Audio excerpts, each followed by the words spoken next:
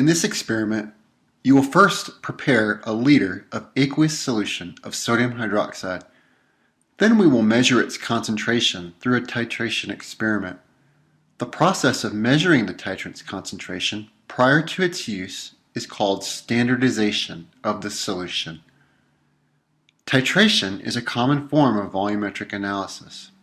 Many analytes, or substances of interest in a chemical analysis, can be measured relatively inexpensively through using titrations. Often, titrations can be used in the food industry to measure salt content, sugar, or even vitamin content of food products.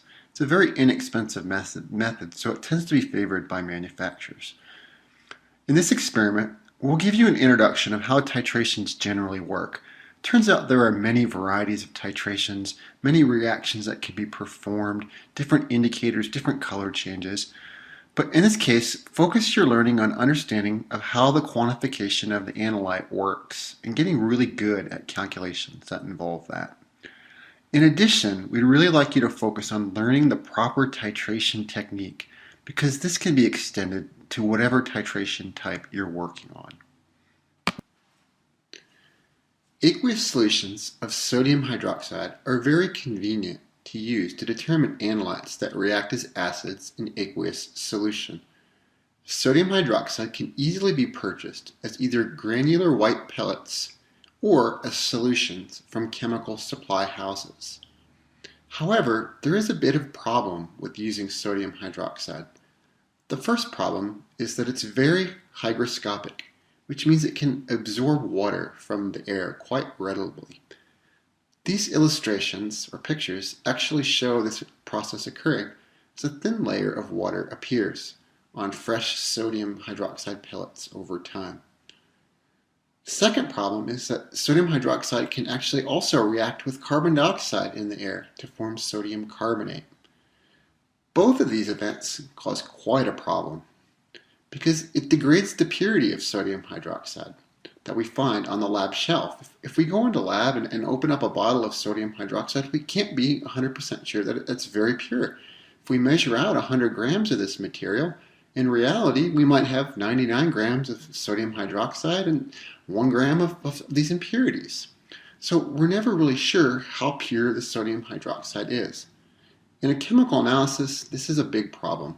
How can we accurately measure an analyte if the chemical that we base the analysis upon, the standard, is impure? Now again, we can solve this problem of impure sodium hydroxide through standardization of a solution, an actual measurement to determine the concentration of the sodium hydroxide present. But before we can do that, we need to make a solution. So how do we do that? Well, in the chemistry lab, we make solutions using volumetric flasks. That's their purpose. Volumetric flasks should not be used to store solutions and never be used to heat solutions, but they are a very effective means to prepare solutions of relatively known concentration. This is a picture of a volumetric flask. It has a long neck with a calibration mark, and at the bottom there's usually a wider sectional bulb, and it's got the stated volume of the flask and also a denotation TC. The letters TC stand for something particular. It stands for to contain. And what that means to a chemist is if you use this flask properly and you fill it to its calibration mark such that the fluid meniscus is at the bottom of the calibration mark, the flask will contain the stated volume. It will contain, in this case, 100 milliliters of solution. Oftentimes, volumetric flasks are sold with lids, or plugs or corks. That's shown here on the right of our picture. That fits in the top of the ground glass joint and actually can form a seal to seal off the flask. This is important. It's always important to have a lid or a plug for your flask. They're not always made out of glass. Some are plastic, some are corks, but it's important to have a lid because when you mix the solution inside the flask, you're always supposed to use what's called the invert flask method, which is actually inverting the flask over multiple times such that the solution inside mixes effectively. Swirling the flask is not necessarily a generally effective way to mix the solution. You really need to invert the flask, and to do that you have to have a lid to plug up the top. So to use this flask, you usually would take your solute, In this case, since we're performing a solution or making a solution of sodium hydroxide, we're going to weigh out about 4 grams of the sodium hydroxide pellets on our balance, and we're going to add that 4 grams of sodium hydroxide to a 1 liter volumetric flask. So we're going to transfer the 4 grams into the volumetric flask. We do that through what's called a quantitative transfer. Your TA will demonstrate that. It's a means to assure that all the material is transferred into the flask. Then to use the flask, we're going to add our solvent relatively rapidly until we fill to the base of the neck. In this case, our solvent is deionized water. In almost every case in this lab, we're going to use deionized water from the reversed osmosis taps inside the lab.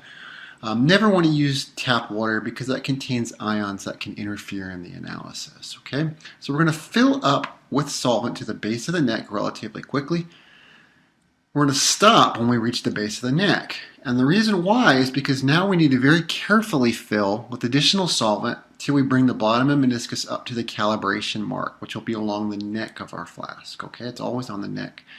It's important that you stop the bulk filling or the rapid filling at the base of the neck, because if you continue to fill into the neck, it's very likely that you can overshoot the calibration mark. And if you do that, you have to start over.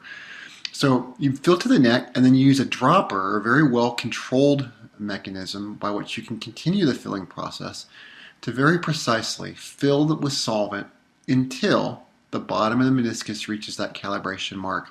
Then you go ahead and do this invert flask method for mixing, and you've got yourself a 1 liter volume of solution.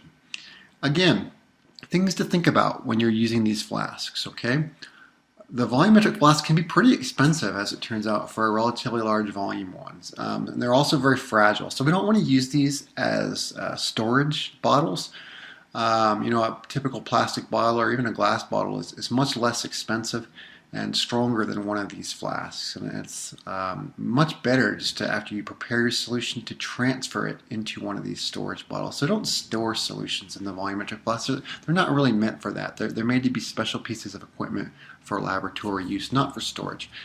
Another thing, never heat a solution inside one of these flasks. It can actually cause the glass to change shape, and that changes the volume, of course. And these are precision measurement devices, and that basically ruins your nice volumetric flask. So do not heat solutions inside here.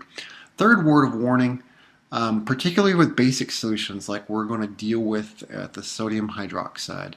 The sodium hydroxide can actually do some surface chemistry on the surface of glass, which is silicon dioxide, and that can actually cause a glass stopper, such as the one shown on the previous volumetric flask, to actually bind or seize up with the flask. It basically plugs it up, and you can't get the stopper back out again. So you always got to be careful of that. So you never want to store your sodium hydroxide in a glass volumetric flask. Transfer it to your plastic bottle, and then you're not going to have to worry about the seizure of that cap inside the volumetric flask. That basically also ruins the flask as well. So once you're done with your volumetric flask and preparing your sodium hydroxide solution, I'm going to want you to clean it out real good with some deionized water, rinse it some, so that we don't have that high pH solution inside of the glass as well.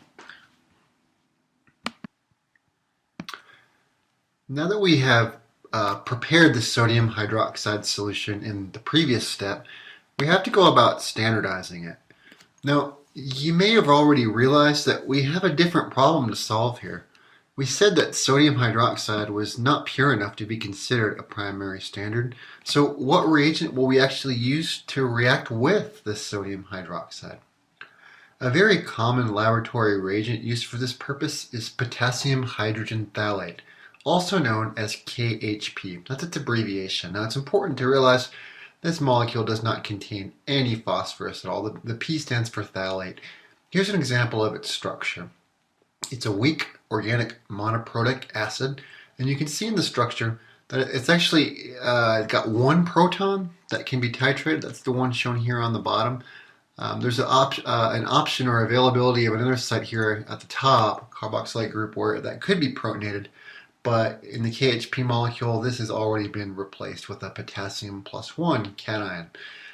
So that makes it a monoprotic acid. It reacts in a 1-to-1 stoichiometry with sodium hydroxide. to form the phthalate anion and water. Okay, so this is the reaction that we're going to use in this lab. Now the great thing about KHP is that it's considered a primary standard. Now a primary standard, that's an important piece of vocabulary. It's a chemical that can be easily obtained in high purity, that is stable, able to be dried, not prone to acquiring waters of hydration. So it doesn't absorb water, it's non-hygroscopic. The reason why primary standards are so valuable to analytical chemists is that we can base the results of our chemical analysis upon these materials. When we go into the lab and we weigh these chemicals out, we can trust that the quantity weighed is indeed what we're using in the experiment. And this allows us to quantify the chemistry that is occurring accurately. In the future, whenever you're performing analysis, always be aware of the purity of your standards. It really is very crucial to your results. Now again, in this experiment, we're going to use the KHP. In the procedure, you're going to weigh out about 0.8 grams of KHP. Somewhere in that neighborhood, about 0.8, okay? It can be a little bit less, it can be just a little bit more, but 0.8 is going to be our target mass for the KHP. Now before you use the KHP, we're going to dry it in an oven overnight. We're going to store it in a desiccator. The desiccator's job is to keep that KHP nice and dry. So when you weigh out that 0.8 grams, we're confident that we've got 0.8 grams of the molecule of interest.